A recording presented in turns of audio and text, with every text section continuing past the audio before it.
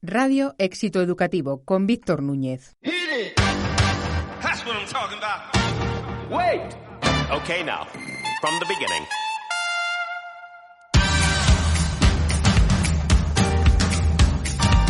Radio Éxito Educativo, el podcast para los que deciden en la educación. Con la colaboración de School Market y el grupo CEFUDIMA. Bienvenidos al programa número 30 de Radio Éxito Educativo, el podcast de los que deciden en la educación.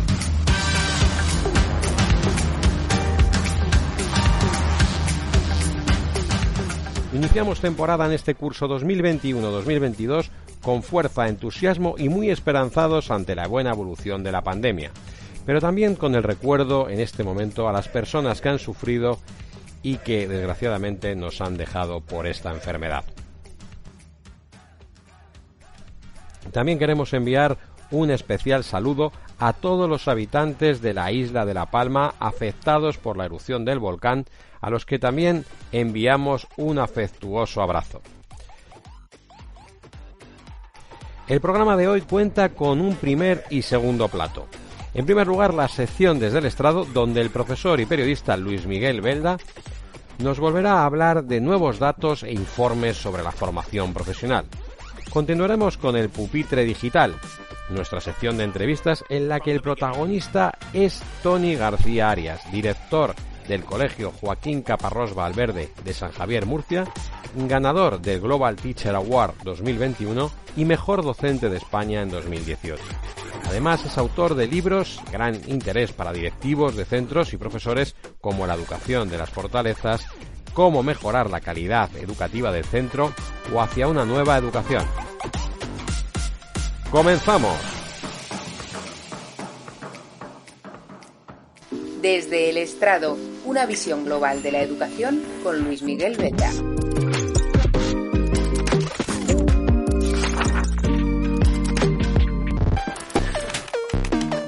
Mami, ¿qué será lo que tiene la formación profesional, la FP, que todo el mundo habla ahora de ella?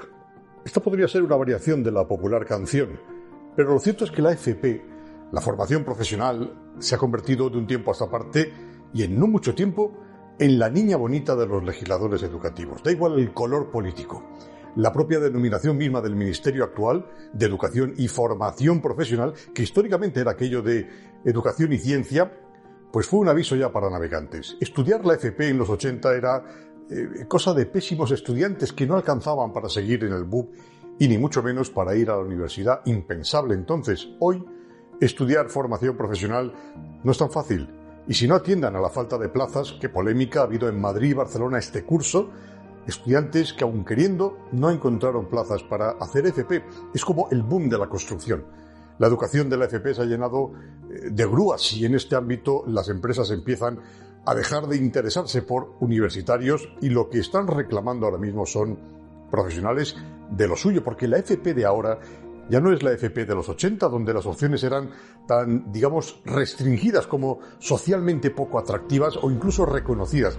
Tal era el caso, por ejemplo, de peluquería, mecánica, electricidad, siendo la delineación iba con bata blanca la rama más sofisticada, en fin, por decir algo, ¿no? Hoy la formación profesional lanza al mercado laboral especialistas expertos en administración y gestión, en marketing y comercial, en el área agraria para atender la gestión de explotaciones extensivas o en conservación del medio natural, se dice pronto, son temas importantes. También en artes gráficas, en energías renovables, en gastronomía, en imagen y sonido, en informática y comunicaciones, en industria alimentaria, en la química, en servicios socioculturales, técnicos en farmacia y para farmacia. Voy a parar.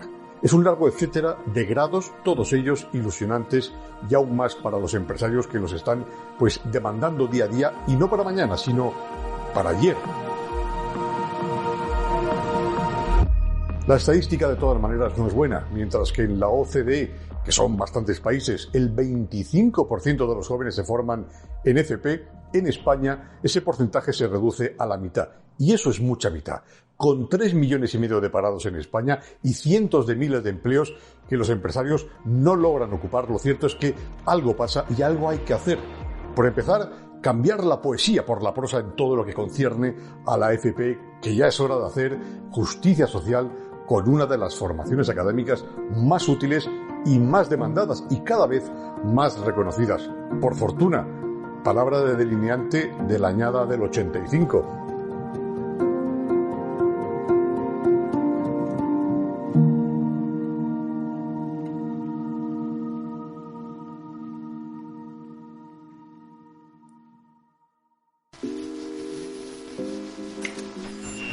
El pupitre digital.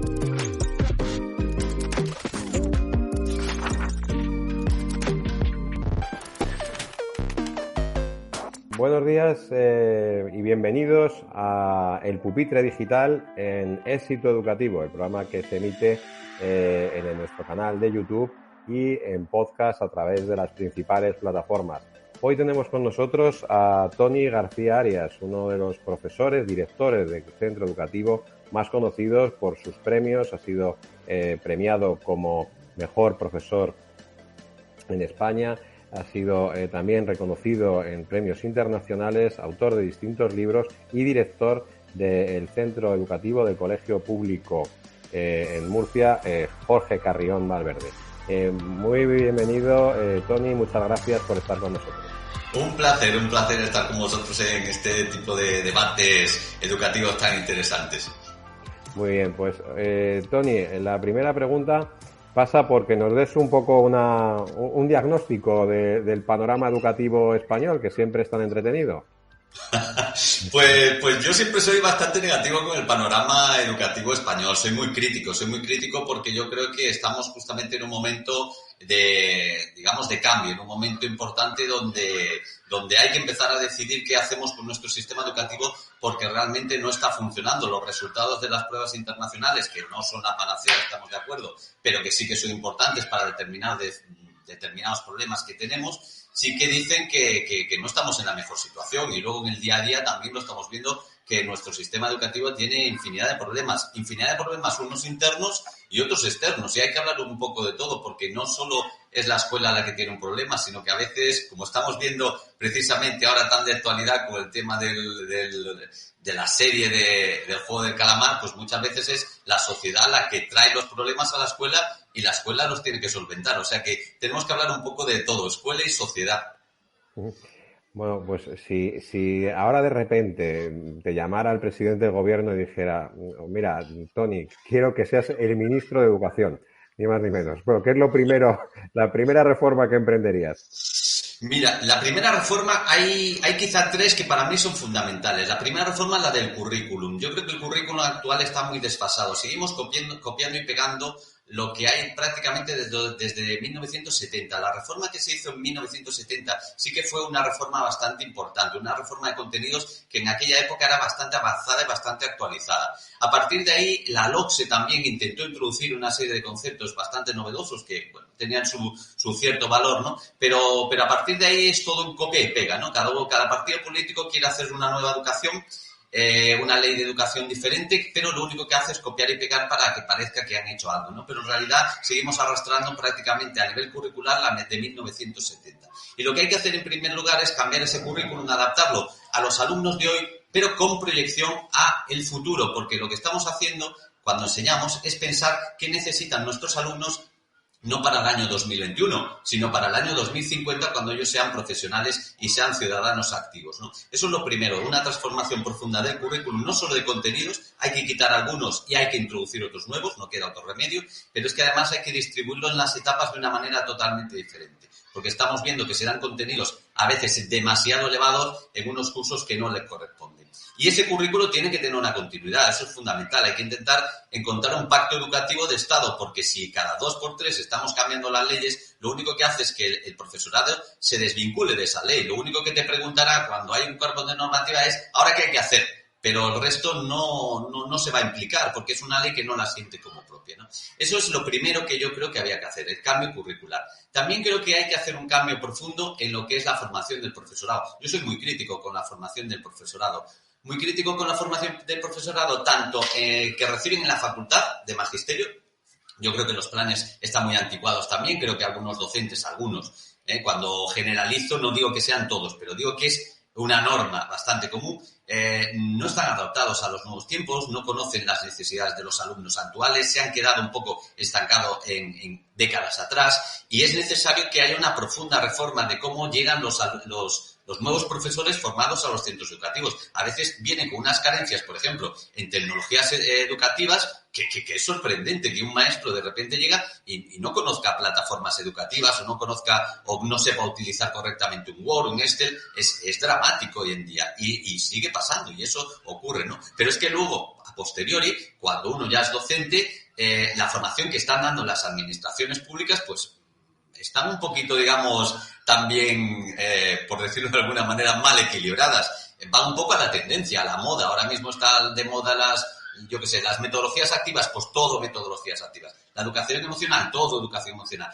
Pero no hay un valor, no hay un control de calidad, todo vale, ¿no? Yo creo que ese es otro problema de la formación que recibe el profesorado. Una formación que muchas veces la da gente que ni siquiera ni es especialista, que a lo mejor ha hecho una mini experiencia que no ha valido de gran cosa, pero ahí está de ponente intentando enseñar a los demás algo que a lo mejor los demás incluso saben mejor que él, ¿no? Esa falta de control también creo que es importante. Y por último, el tema de la ratio. La ratio en España es verdad que tiene una media muy parecida a la de la OCDE. Es verdad en cuanto a alumno-profesor. Hay que tener en cuenta que mucha gente, incluso docentes, no entienden la diferencia de ratio alumno-profesor o alumno-aula. Es que es diferente, no tiene nada que ver. El alumno-aula es el número de alumnos que hay por aula y alumno-profesor hay que dividir todos los alumnos por los profesores de un centro. Obviamente la ratio da mucho más positiva, ¿no?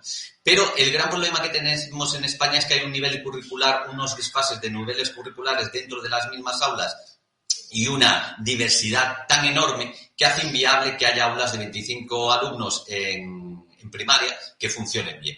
Es imposible dar una atención personalizada al alumnado si nosotros tenemos una ratio tan elevada. Ya digo, la ratio elevada, el gran problema no es porque sea una ratio mucho mayor que en otros países, sino porque España tiene una diversidad enorme. En un aula de 25 alumnos tú te puedes encontrar a 3 alumnos con necesidades educativas, a 5 con desconocimiento del idioma y luego 4 niveles curriculares diferentes.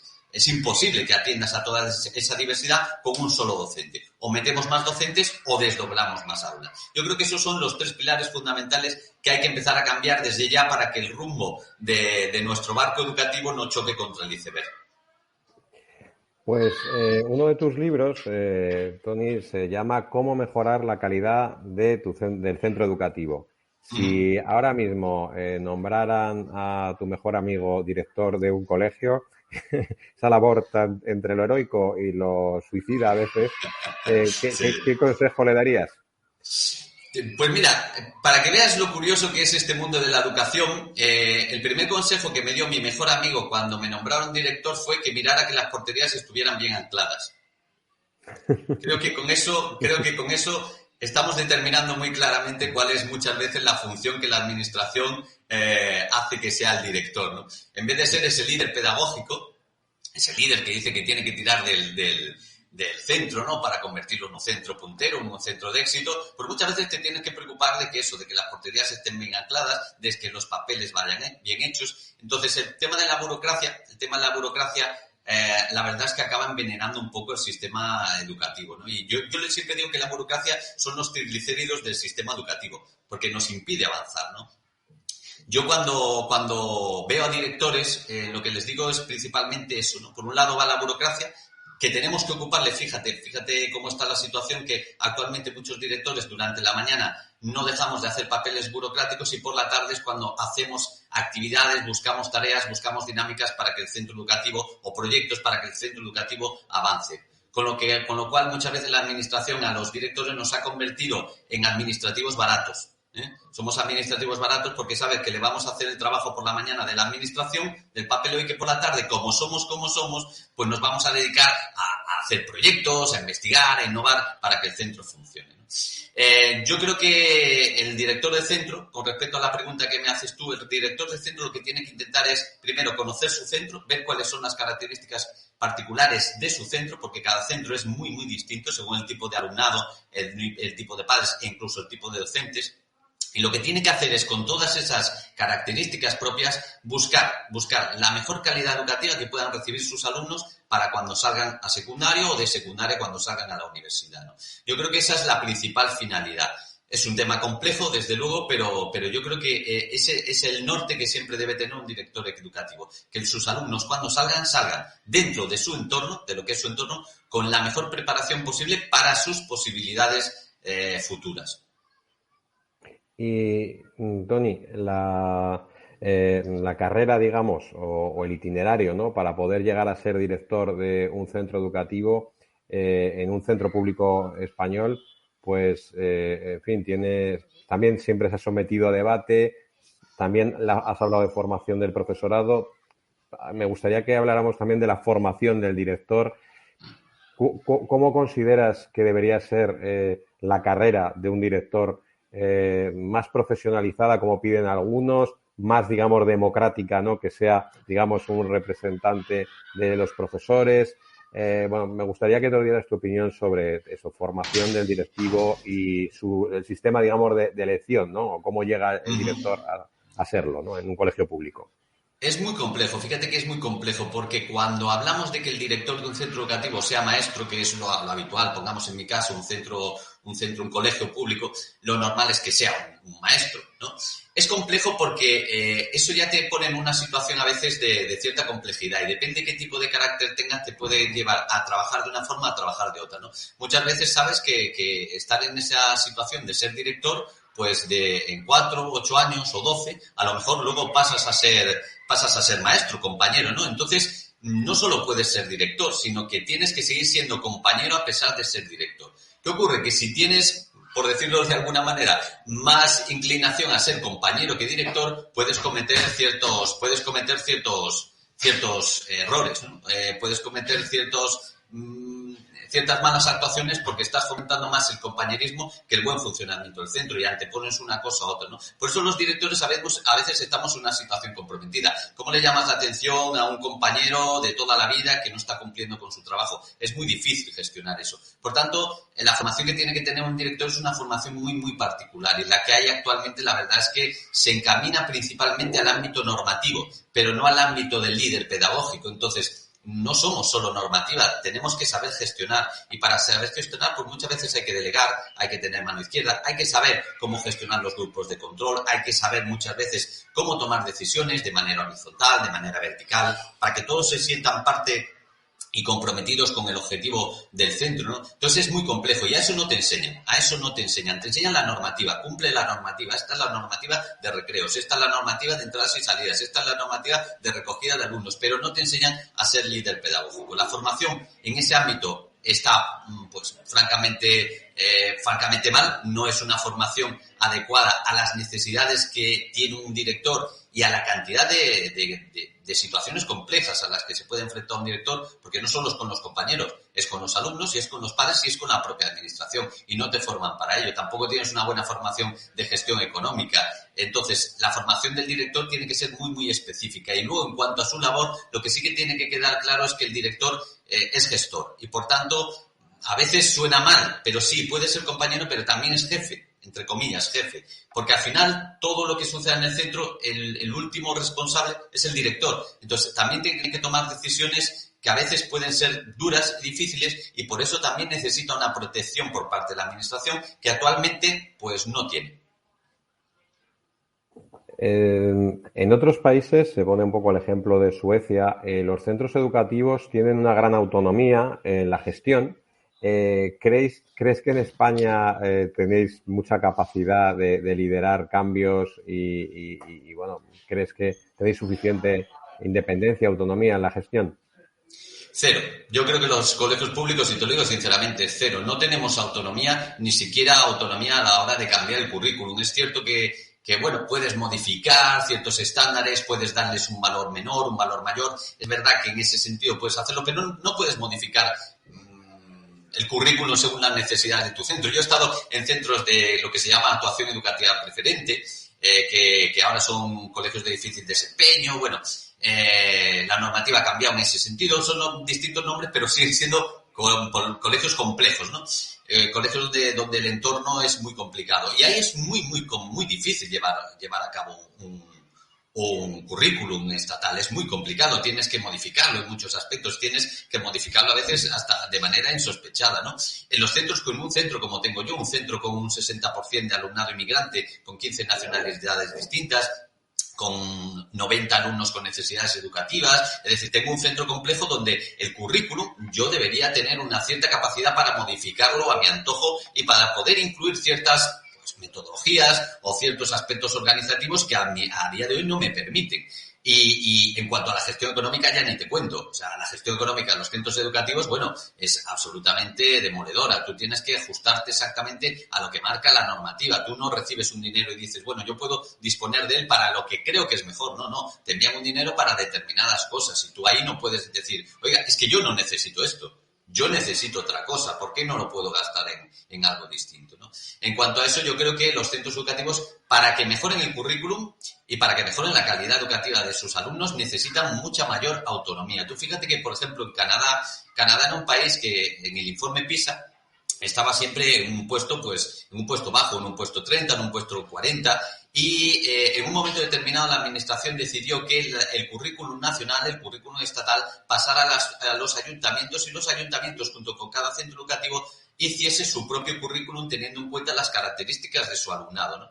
Y a partir de ahí, fíjate que actualmente Canadá está entre los 10 mejores, tanto en matemáticas como en lengua, como en ciencias, como en inglés. El adaptar las necesidades del centro, las necesidades de los alumnos a un currículum propio, hace que los alumnos vean esas necesidades atendidas y puedan aprender según su nivel y no según un currículum que muchas veces está alejada de su propia realidad. Uno de los aspectos en la gestión que ahora mismo más preocupan, al menos en la enseñanza privada y concertada, es toda la parte relacionada, digamos, con el marketing y la comunicación para la captación precisamente de alumnado, puesto que hay poco, ¿no? O sea, digamos que los comensales son los mismos o más para una tarta cada vez más pequeña. Me consta también que los centros públicos también intentáis mejorar todos estos aspectos, pero ¿cómo lo ves respecto a...? Porque al final los niños son... La natalidad es la que es y al final también los centros públicos competís incluso entre vosotros y con los concertados o los privados también en un momento dado. ¿Cómo ves este aspecto, el de la captación, el marketing, la comunicación? A ver, yo entiendo que si se entiende la educación como una clientela, pues es normal. Y de todos los centros educativos queremos tener el mejor alumnado posible, por decir mejor, un término que no es muy adecuado, pero bueno, el mejor alumnado posible y el mayor número de alumnos posibles. Todo lo queremos para mantener el centro educativo. Si de ello depende además tu sueldo, como puede ser en colegios concertados o privados, pues mayor ahínco en conseguir esa clientela, por decirlo de alguna manera, ¿no? Yo con respecto a los colegios privados y concertados siempre digo lo mismo. Con los colegios privados no tengo ninguna problemática mayor. Con los colegios concertados sí que creo que hay un agravio comparativo con respecto a los centros públicos, porque los centros concertados pueden pedir cuotas, es algo normalizado, se sabe perfectamente, aunque no esté legislado, pero se sabe perfectamente que se hace. Los centros públicos no tenemos esa posibilidad y entonces eso hace que, y es así de triste, que el dinero haga que haya más recursos en un sitio que en otro. Nosotros no podemos competir a nivel de recursos porque un centro educativo público recibe una cantidad de dinero pues bastante escasa para mantenerse durante todo el año, como para encima poder comprar pongamos lujos, ¿no? No podemos comprar pianos, no podemos comprar baterías, no podemos comprar guitarras eléctricas, por ejemplo, no podemos comprar laboratorios porque el dinero no da para eso, ¿no? Con el mantenimiento mínimo de fotocopias, teléfono, etcétera, ya no nos llega, ¿no? Entonces, claro, eso es un agravio comparativo, ¿no? Pero que se haya convertido esto en una lucha de captar alumnos, a mí no me gusta porque yo creo que cada centro educativo muestra lo que es y es verdad que muestra lo que es y cada padre debe saber elegir, pero muchas veces estamos abocados al territorio, sobre todo los públicos, al territorio donde estamos. No van a venir, no dejan venir. Por ejemplo, si queremos una competencia legal, como hacen en Suecia, por ejemplo, ¿por qué no puedo recibir yo alumnos de Cartagena si los padres quieren traerlos todas las mañanas a mi centro porque consideran que mi centro es el mejor? ¿Por qué no permiten que que lo traigan a mi colegio público. En ese sentido también nos sentimos discriminados, ¿no? ¿Por qué tiene que ser por zonas? Yo puedo dar una educación maravillosa, los padres pueden conocer que mi centro trabaja muy bien en ciertos aspectos, y ¿por qué no van a venir alumnos de otros municipios? ¿Por qué no se les deja, no? Si queremos, o tenemos que abrirlo al 100% o tenemos que delimitarlo de algún modo. Y luego hay el tema del marketing, lo que dices tú. Hay gente que maneja muy bien el marketing y vende más de lo que hace, y hay gente que no lo maneja tan bien y no enseña lo bueno que está haciendo. Entonces, claro, nosotros con los centros públicos tampoco tenemos, digamos, un especialista en eso, ni podemos contratarlo tampoco. Entonces, claro, a nivel competitivo, pues tenemos mucho que perder, ¿no? Por un lado, por lo que te he contado, los recursos, y por otro lado, porque a nivel de marketing, pues el tiempo que tenga el director a subir las actuaciones que hagan en las redes sociales. Pero poco más podemos vender. Tony, eres muy activo, sobre todo en Twitter, y la semana pasada publicabas un tuit que a mí me llamó la atención, que es: la escuela de hoy es una escuela que vive en el estrés y en la hiperestimulación, 2 aspectos negativos para el aprendizaje. Realmente es tan estresante, nunca mejor dicho, también la situación en los centros.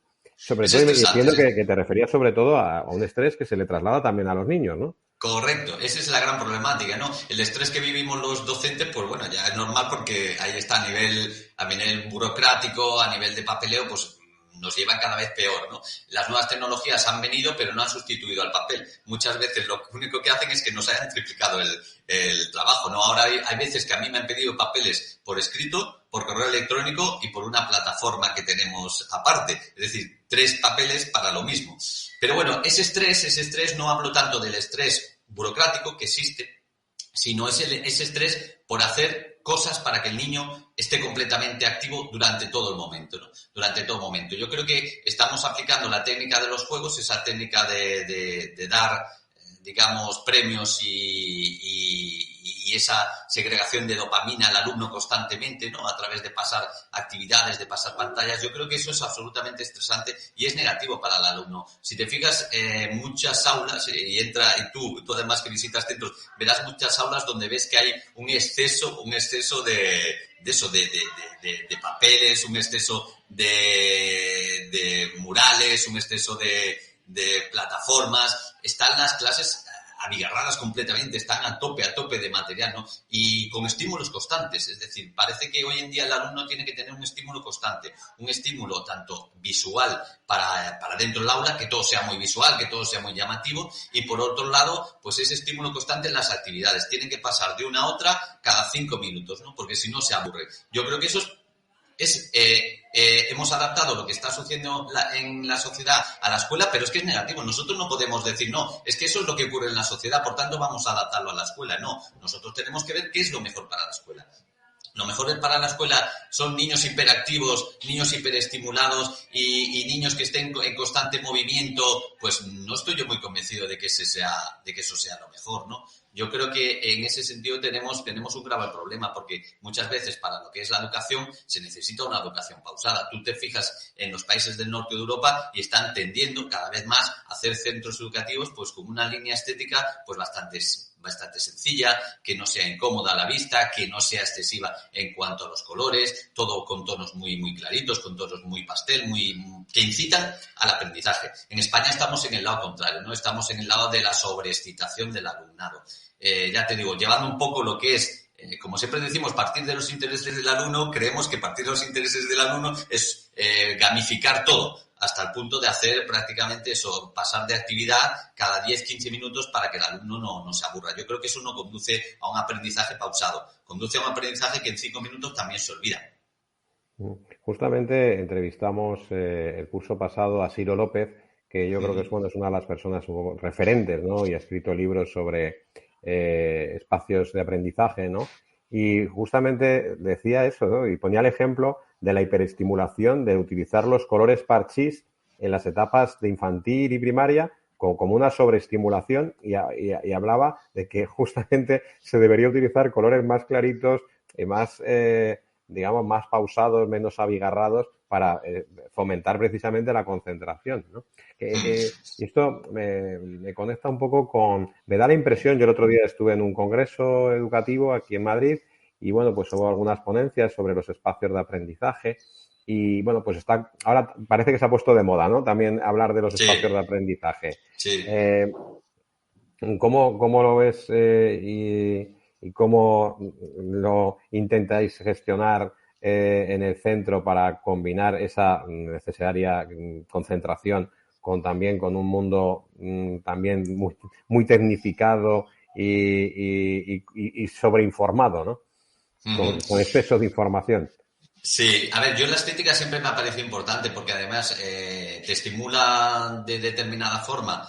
Una estética particular te estimula a aprender o te estimula a desarrollar todavía más la hiperactividad que todos los niños pues prácticamente tienen, ¿no? Entonces, para mí siempre ha sido muy importante. Yo desde que soy director de centro, una de mis inquietudes ha sido transformar el centro a nivel estético. Era un centro muy antiguo, un centro que tiene 50 años y un centro que ha ido acumulando un montón de materiales que actualmente pues no están acorde con la educación actual porque no están diseñados para los alumnos de hoy, ¿no? Entonces, todo eso lo hemos ido eliminando. Tenemos paredes lisas donde los alumnos pueden mostrar sus carteles, tenemos zonas amplias donde los alumnos pueden también descansar. Intentamos que se amplifiquen un poco los espacios, ¿no? Esa parte es importante. Yo siempre he dicho que los colegios españoles son sucios, feos y huelen mal, por lo general. Se han utilizado pues como lugares donde están los niños. ¿Y quién más le da? Entonces, si con tal de que los niños estén atendidos y estén en un recinto vigilados, la estética, ¿qué más da? Hay cosas, y tú lo puedes observar en algunos centros educativos a los que hayas acudido, ¿no? Hay cosas que tú en tu casa no permitirías. Cuando hay una baldosa rota y viene y dice, pues la cambiamos por otra, y ni es ni el mismo color ni la misma tonalidad, tú eso en casa no lo permites. Pero en un centro educativo sí, porque en total están niños, ¿qué más da? Los niños no se enteran de nada. Yo creo que es justamente lo contrario. Los edificios destinados a la educación de los niños tienen que ser edificios hermosos, edificios bonitos. Yo cuando voy por Suecia, Noruega, Finlandia, Alemania incluso, ves unos edificios mastodónticos, preciosos, históricos, y preguntas lo que es, y muchas veces te encuentras que es un instituto o que es un colegio. Aquí en España sucede eso y es un banco. Los edificios bonitos, grandes y hermosos son bancos o instituciones, pero colegios ninguno. Y eso hay que transformarlo, hay que cambiar eso, ¿no? Y en ese sentido nosotros sí que hemos decidido darle esa transformación, darle un carácter más nórdico a todos nuestros espacios. Y, por otro lado, sí que es verdad que nosotros intentamos mantener ese equilibrio entre la tecnología y lo antiguo, porque yo creo que ahí, digamos que está la virtud, ¿no?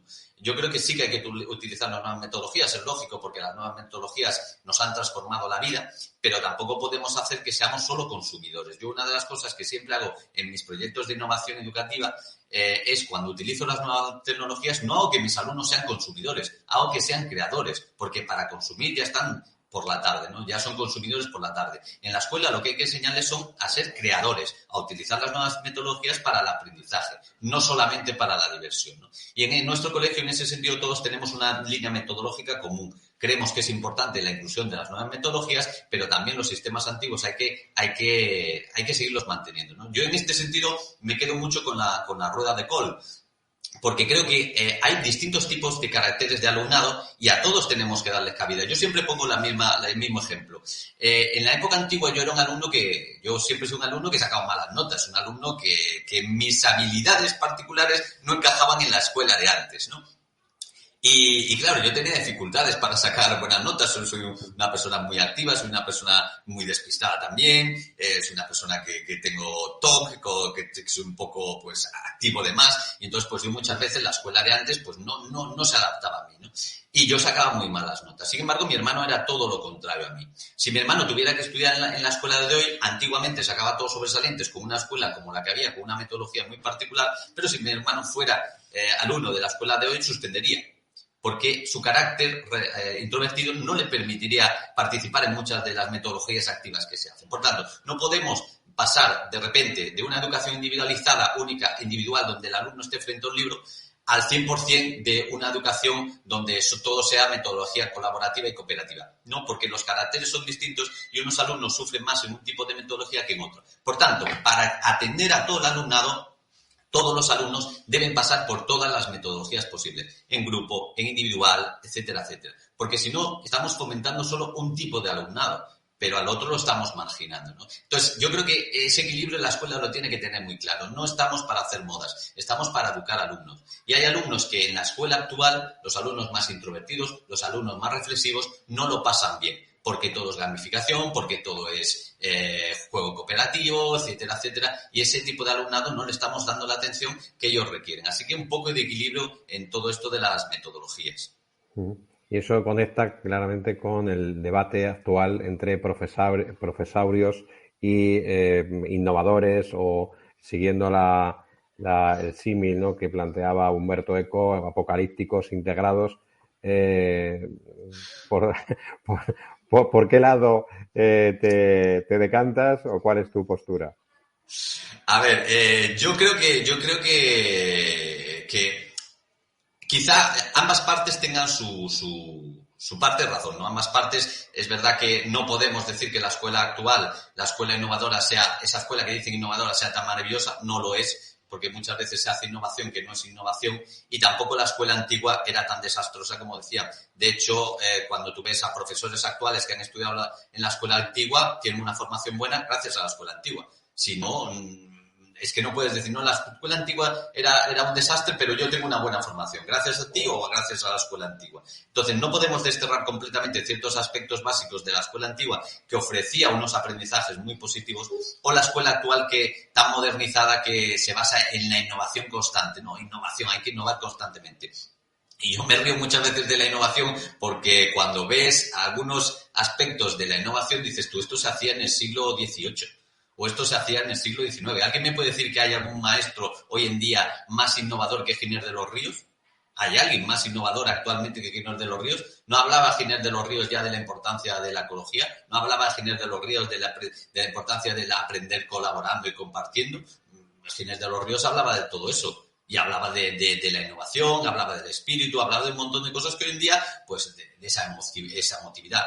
No hay nadie más innovador que Giner de los Ríos. Entonces, a veces se nos va un poco la cabeza con el tema de la innovación, ¿no? ¿Qué es innovar, al fin y al cabo? Pues innovar es enseñar de una manera distinta y conseguir unos buenos resultados. Pero en un centro donde todo sea tecnología, a lo mejor innovar es tener un huerto ecológico. Es que innovar no es solo nuevas metodologías, confundimos esos aspectos, ¿no? Entonces, todos los maestros de hoy en día quieren ser innovadores, todos quieren ser innovadores. Y a veces, fíjate, me da también la impresión un poco que por esto de las redes sociales, por esto de los medios de comunicación, pues hay profesores, hay una frase que me decía mi padre siempre antes que me gustaba mucho, que decía que hay gente que viaja por viajar y hay gente que viaja por haber viajado. Son dos tipos de personas distintos. Unos viajan porque disfrutan y otros viajan para decírselo a los demás que han viajado, ¿no? Y en esto de la educación pasa un poco eso, ¿no? Hay gente que innova porque le gusta innovar, porque le gusta conseguir buenos resultados y los consigue, y luego pues gracias a ello pues es reconocido, pero hay otra gente que lo que quiere es primero el reconocimiento, quiere innovar a toda costa, cualquier cosa que sea, aunque sea a costa del aprendizaje de los alumnos. Yo creo que estamos metidos un poco en esa rueda, ¿no? Y con respecto a lo que me decías, yo por ejemplo en el área de lengua, si te fijas en el área de lengua, en la cantidad de contenidos que hay, que a veces no dan ni tiempo a determinarlos, por ejemplo en sexto, yo recuerdo cuando antes, de una manera más pausada, como decíamos, una escuela menos estresada, pues todos los días el maestro te enviaba unas cuentas que se decía, un dictado, un copiado, todos los días, prácticamente todos los días,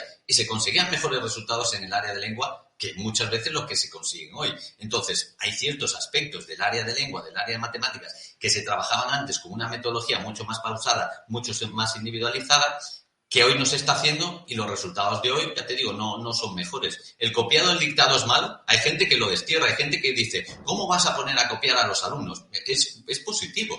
El dictado conduce a la concentración, conduce a la atención, hace que se asimilen ciertas palabras, que se vayan automatizando. Es decir, no es negativo, porque lo haya utilizado la escuela antigua, no significa que sea un método ni fascista, ni falangista, ni comunista, ni nada. Es un método que conduce a un aprendizaje, y como tal, si da buenos resultados, tenemos que utilizarlo. Se utilizase en el siglo XX, en el XXI o en el siglo I antes de Cristo. Las metodologías buenas hay que mantenerlas.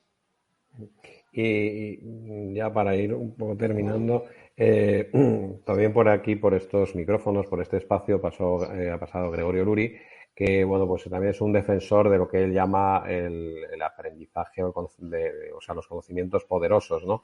Y la memorización también. Sin embargo, parece que todo apunta, ¿no?, que esta nueva reforma educativa y bueno, pues muchas de las medidas que se van tomando van en contra de la memorización y van en contra también, incluso, bueno, pues de lo que se llama también la cultura del esfuerzo, ¿no?, y del trabajo. ¿Cómo podemos, digamos, tratar de no abandonar, o cuál es tu idea, o cómo desde tu centro educativo intentas resolver también esa situación en la que muchas veces yo soy como profesor universitario, me da la impresión de que tienen como memoria de pez, ¿no? O sea, Sí. es como muy difícil que recuerden las cosas, ¿no? Pero incluso de una clase a otra. Entonces, Sí. ¿qué opinas de lo que está pasando con la memorización? Mira, yo siempre digo lo mismo cuando me preguntan por la memoria, yo digo, es que memorizar es la base del aprendizaje. Tú imagínate que nosotros no memorizásemos. Yo, si no memorizase, yo todos los días al salir de casa para venir al trabajo, pues diría, ¿por dónde se va? ¿Cómo tengo que hacer? ¿Cómo se meten las marchas? ¿Cómo se conduce? Porque si no memorizamos, no aprendemos. Por tanto, el que diga que la memorización es inútil, desde luego el que es más inútil es él. La memorización es fundamental porque es la base sobre la que se sustentan los demás aprendizajes. Eso es un andamiaje de memorización. El aprendizaje es un andamiaje de memorización. Lo que pasa es que lo que sí que podemos determinar es qué es importante memorizar y qué es importante no memorizar, ¿no? Ahí es donde podemos entrar en un serio debate. Pero desde luego que la memorización es fundamental.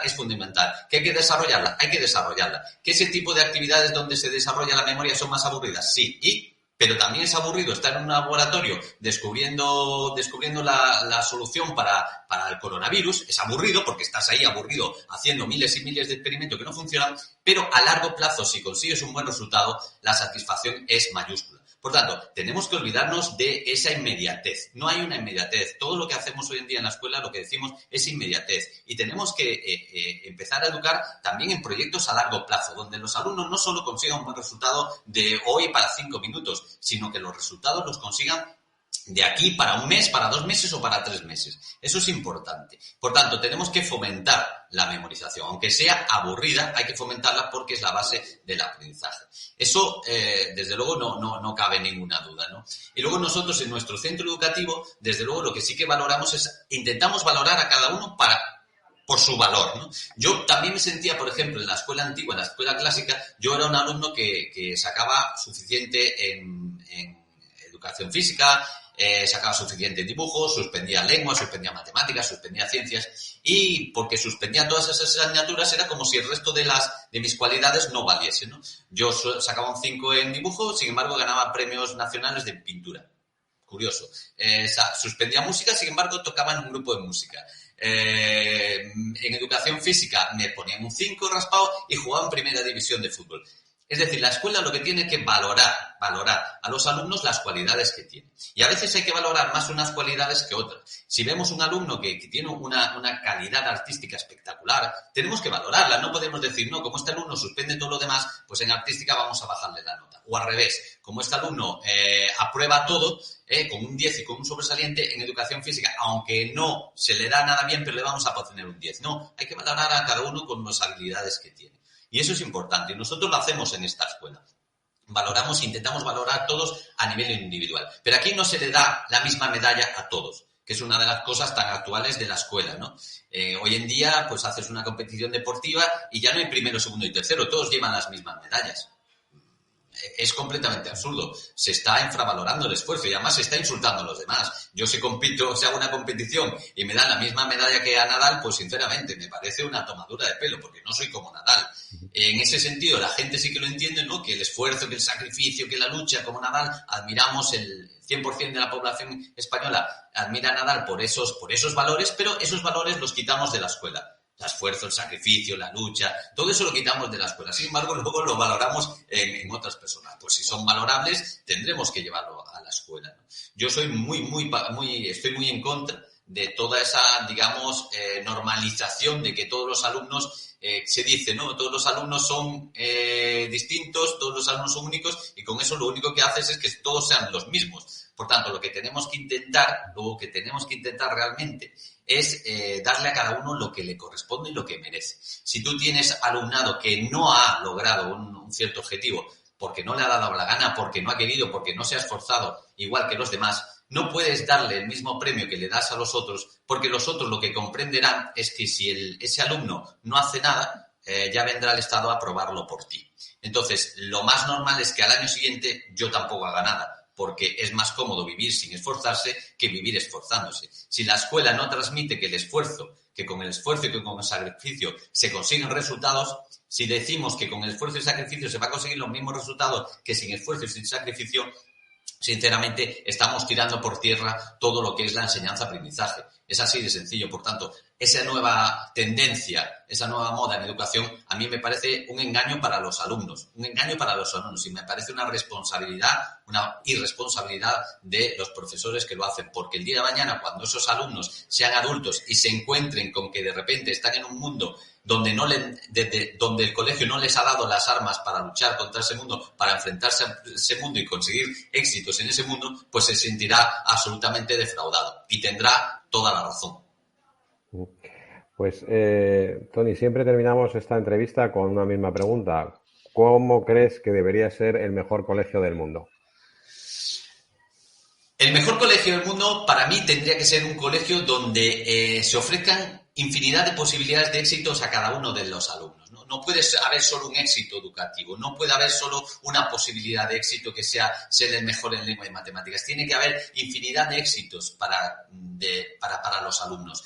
Y yo creo que debería ser, digamos, el eje vertebrador de cuál debe ser la metodología de un centro, ¿no? Deber buscar la excelencia en cada uno de los alumnos. Y luego, fundamentalmente, tener infinidad de recursos. Infinidad de recursos porque no podemos descubrir las potencialidades de grandes guitarristas si no tenemos guitarras. No podemos descubrir la potencialidad de un magnífico pintor ya desde pequeñito si no tenemos pinturas en los centros educativos, si no tenemos caballetes, si no tenemos pinceles. No podemos descubrir grandes químicos, no podremos descubrir grandes investigadores si en los centros educativos no tenemos microscopios, no tenemos posibilidad de hacer experimentos con probetas. Es decir, que la escuela tiene que tener mucho recurso para que todos los alumnos puedan descubrir cuáles son sus habilidades y sus potencialidades. Porque gracias a descubrirlas nosotros podemos descubrir grandes escritores, grandes pintores, grandes médicos, grandes músicos, y eso empieza a hacerse desde la etapa más pequeña. No todo vale en educación. Por ser pequeños no significa que no necesiten experimentar, todo lo contrario.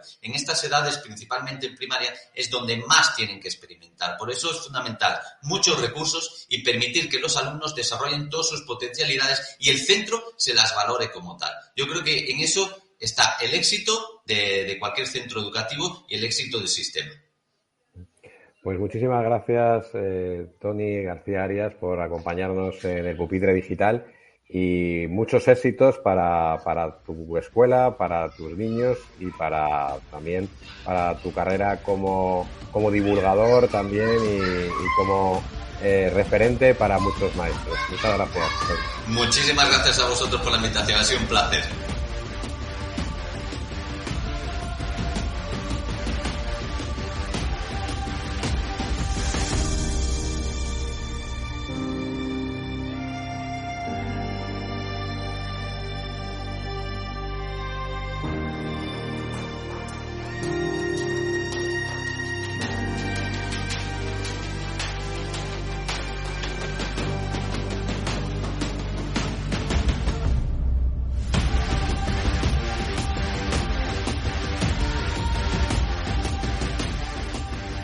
Y hasta aquí el podcast número 30 de Radio Éxito Educativo. Un saludo de Víctor Núñez y el equipo técnico que hace posible este podcast desde los estudios de Udima, con Raúl Pérez Salvador a los mandos. También a nuestros patrocinadores School Market, primera agencia de marketing educativo en España, y al grupo CEF Udima. Muchas gracias, mucha fuerza y muchos éxitos para todos.